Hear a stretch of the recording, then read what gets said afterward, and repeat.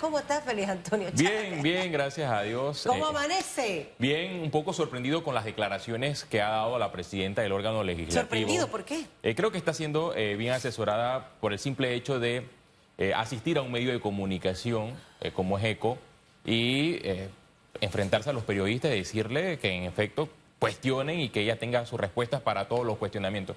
Y creo que es lo que ha faltado en las últimas presidencias del órgano legislativo durante las últimas décadas, donde los presidentes llegan al órgano legislativo y se rodean de más de 10 escoltas, no van a los medios de comunicación. Entiendo que ella tiene en su agenda una visita a todos los medios de comunicación y rodearse de los periodistas y estar abierta de las preguntas que hagan los medios de comunicación. ¿Sabe que es la primera vez, y se lo decíamos, después de 5 años? En estos 5 años de administración legislativa no nos vino a visitar ningún presidente. El señor Cristiano vino cuando ya no era presidente. Si la memoria no me falla, creo que son 10 años. O sea, yo no recuerdo... Sí estuvo Yanivel Ábrego aquí, le decía yo a Hugo del lado de allá, cuando el PEC quedaba de lado, ya lo recuerdo perfectamente. Vino una sola vez y probablemente podemos tener 8 o 9 años, ¿no? Desde que no nos visitaba un presidente.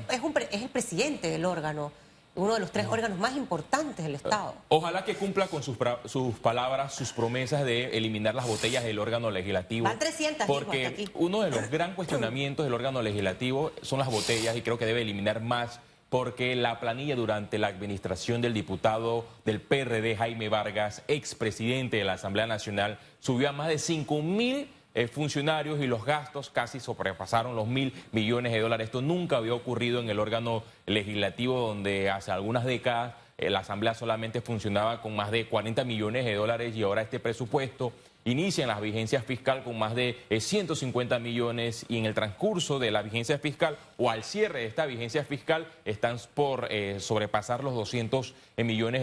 Un escándalo que rodea al órgano legislativo, insuficiente. A mi juicio, estas 300 instituciones deben haber más, porque cuando los medios de comunicación visitan el órgano legislativo, ven que en efecto hay personas que quizás no están yendo a sus puestos de trabajo. Pero el fondo aquí es que la Corte Suprema de Justicia se ha prestado para algunas irregularidades que cometen los diputados. ¿Y por qué menciono esto? Porque en su momento se cuestionó esa planilla que tenía un sinnúmero de personas que eran promotores culturales y promotores deportivos, personas que usted las veía y evidentemente no promovían en efecto nada del deporte y eran promotores deportivos. Pero sabe, lo interrumpo allí porque usted es a punto de graduarse de abogado y hubo algo que ella nos dijo y sería bueno investigar. Están los 5 años y luego se ponen en el paraguas de la carrera administrativa, entonces ya vienen esas disputas legales para poder mover a un personal y deben ser posiciones que deben ser transitorias. Pero ese es aparte del problema. El problema de los promotores culturales y los promotores deportivos es que ellos están amparados por la Corte Suprema de Justicia. ¿Y esto por qué se lo menciono? Ese es otro resguardo. Entonces ex magistrado Edgardo Molino Mola, como jurista en representación de la Contraloría, en su momento para la gestión de Federico Humbert, promovió demandas ante la Corte Suprema de Justicia por la danza de promotores culturales y deportivos. ¿Y qué hizo la Corte Suprema de Justicia? Le dio el espaldarazo a la Asamblea Nacional. Le dijo que en efecto la Asamblea Nacional, la Corte defendió los promotores culturales y deportivos que no asisten a la Asamblea Nacional, sino que supuestamente trabajan por la cultura y el deporte en los circuitos, cosas que a mi juicio esto es totalmente falso porque no ha quedado acreditado. Y en vista de ese fallo de la Corte Suprema de Justicia, los diputados se sustentan y contratan a esas personas para que en efecto hagan o promuevan la cultura y el deporte, cosas que no hacen, porque lo que sucede en la práctica, en la mala práctica, es que muchos de ellos se prestan para proselitismo político. Y lo de la Asamblea Nacional, ¿qué pasa? Que cuando finaliza la administración del presidente, porque el presidente de la Asamblea Nacional tiene un gobierno por 1 año y tiene derecho a una reelección, es decir, 2 años. Ese presidente nombra a su equipo.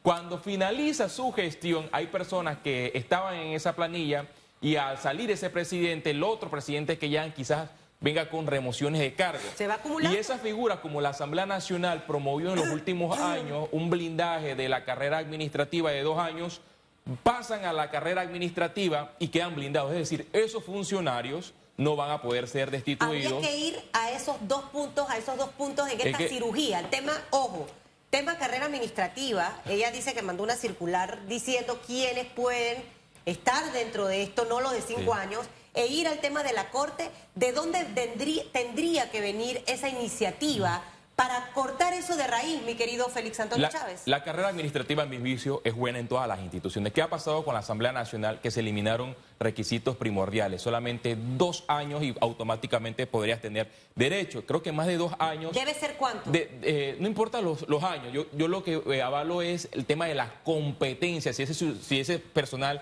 es competente o no por el cargo, porque no hay que criminalizar el servicio público. Es un privilegio que tiene el ciudadano que en efecto sirve al Estado en una oficina y que no es botella. Hago la diferencia entre el ciudadano, el funcionario que sirva al Estado y en aquellos que son botellas, que las botellas son un delito, porque yo no trato de criminalizar el ejercicio público, porque eso es un derecho ciudadano. El delito es ser botella. Los requisitos deben ser como ocurre en el órgano judicial, que se mide el tema de la competencia y aquel funcionario que reúne toda esta competencia entra en la carrera administrativa. ¿Cómo es posible que funcionarios del órgano legislativo que tenían más de 15 años trabajando en la Asamblea Nacional con salario de $600 vean que un funcionario que solamente estuvo recién nombrado en los últimos años pasa por encima de él con un salario más elevado? Entonces eso genera una diferencia. Los diputados deberían nuevamente reformar esta ley de carrera administrativa y elevarla para que en efecto la Asamblea Nacional pueda tener excelentes funcionarios y tratar de depurar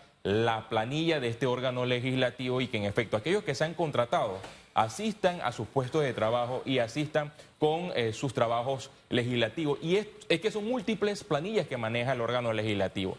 Y aparte, 4 planillas distintas. Sí, y aparte de esa planilla, los diputados individuales manejan otra planilla que es la que tiene un tope de $20.000.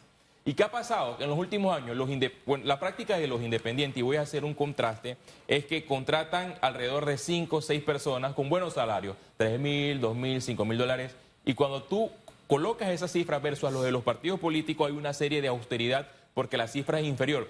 ¿Qué sucede con los diputados partidistas? Porque a mí me ha tocado entrar en la página de la Contraloría y ver las planillas de los diputados. Sí, algunos cumplen con los $20.000 mensuales, pero contratan a muchas personas con salarios de $500 para tener la planilla. Sí, a $20.000 mensuales, pero con una estrategia de más personas. Y cuando vamos a las oficinas de estos diputados, estas oficinas están vacías. Entonces, ¿cómo podemos hacer que estas matemáticas sean exactas? Por eso citaba en la entrevista con la presidenta de la Asamblea el caso de Juan Diego Vázquez, muy similar a la de los otros diputados independientes, que se manejó precisamente con pocos profesionales y con buenos salarios. ¿Cuál es el resultado? Hombre, la manera en que la opinión pública tiene una relación con esos diputados, producto de no solamente su trabajo, sino del equipo de profesionales del que se rodeó y al que se le pagó bien a propósito. Es que nosotros no debemos estar en contra de los salarios, los buenos salarios a los funcionarios que en efecto trabajan. Si vemos las planillas de los independientes, sí tenían a un personal, abogados con salario de $3.500, $2.500, pero esas personas asistían a sus puestos de trabajo. Es más, los independientes en la administración pasada, cuando uno visitaba a un diputado independiente, ellos tenían una marcación digital. Le exigían a su personal, cosa que no era un requisito de la Asamblea Nacional, porque voy a hacer otro contraste. Los independientes en la administración pasada, no sé en estas, porque no he visitado la mayoría de las oficinas, tenían esta marcación digital para en efecto constatar que estas personas que fueron contratadas con buenos salarios cumplieran con un horario y con funciones legislativas. Pero ¿qué sucede en las planillas regulares de la Asamblea Nacional, donde el funcionario debe trabajar de 8 a 5, no existe una marcación digital? Y tengo entendido que le han recomendado a la presidenta de la Asamblea Nacional transformar el tema de la marcación, porque a fin de mes se va puesto por puesto con una hoja a llenar la firma. ¿Sabe que eso y hay funcionarios, eso me lo mencionaron. y esto es doloroso, porque hay funcionarios que sí asisten al órgano legislativo, trabajan de 8 a 5 pese a que la Asamblea esté o no en receso, y ve que por encima de ellos vienen otros que se aparecen solamente los 12 y los 27 a cobrar, a recibir sus cheques y llenan su firma. Entonces, ¿cómo es posible que ocurra esto en un órgano del Estado? Ella habló de una reestructuración de todo su departamento de recursos humanos, porque encontró muchas falencias en este departamento. Al final esto es un trabajo, como yo siempre digo, de menos a más, pero hay que empezarlo a hacer. Y probablemente no va a ser la más querida ni la más amada, pero el país está esperando muchos resultados, mi querido Félix Antonio. Y creo que hoy, usted decía que es a las 2, lo de las vallas, ella habló aquí de las vallas, dio esa exclusiva aquí en el programa. Esto va a marcar una referencia y ojalá que precisamente esta nueva era permita que periodistas de la talla suya puedan entrar al hemiciclo para cuestionar con altura y respeto ciertos temas, ¿no? Ojalá que esto se dé, que retire las vallas. Tengo entendido que es a las 2 de la tarde. Ella y junto a diputados de otras bancadas van a retirar las vallas que han impedido en los últimos años manifestaciones de los ciudadanos en contra de las actuaciones del órgano legislativo. Sería un mensaje bueno, un mensaje a favor de la transparencia, porque la Asamblea es la casa del pueblo. No lo dice Félix Chávez, lo dicen los diputados.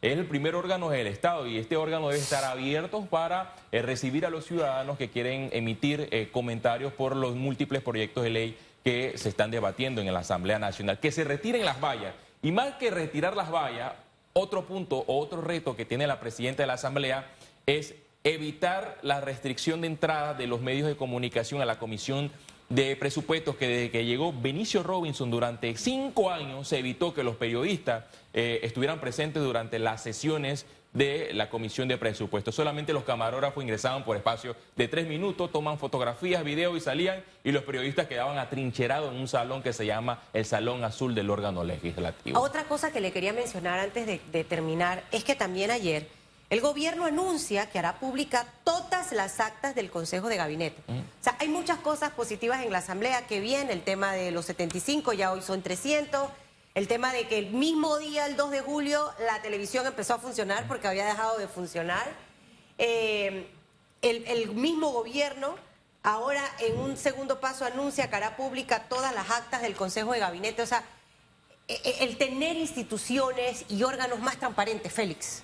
Sí, a mi juicio, en la administración del presidente Laurentino Cortizo existieron 2 pandemias, la pandemia de la COVID-19 y la pandemia de la oscuridad. Trató de evitar que se dieran a conocer muchas cosas, y un caso evidente es lo que aprobó en su momento el Consejo de Gabinete, donde evitó que el ciudadano pudiera conocer las aprobaciones o los comentarios durante las actas. Y estas actas sí son importantes.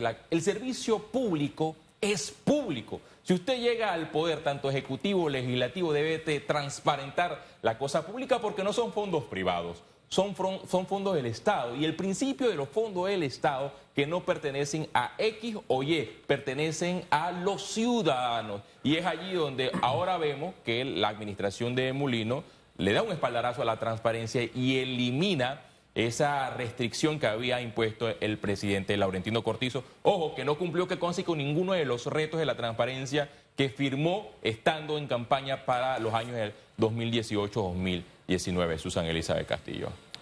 Entramos en una nueva era. Es como cuando uno entra al salón, yo recuerdo, ¿no? Mi mamá me decía, te portas bien, bien quieta, vas a hacer caso, te quedas quieta en la silla. Yo, los primeros días ella iba y la maestra, perfectamente está Susan, maestra Elizabeth, pero los 2 meses me desataba. Al tercer día. No. Nos vamos. Gracias, don Félix. Gracias a usted. Tiró y falló. Hasta mañana. Bendiciones.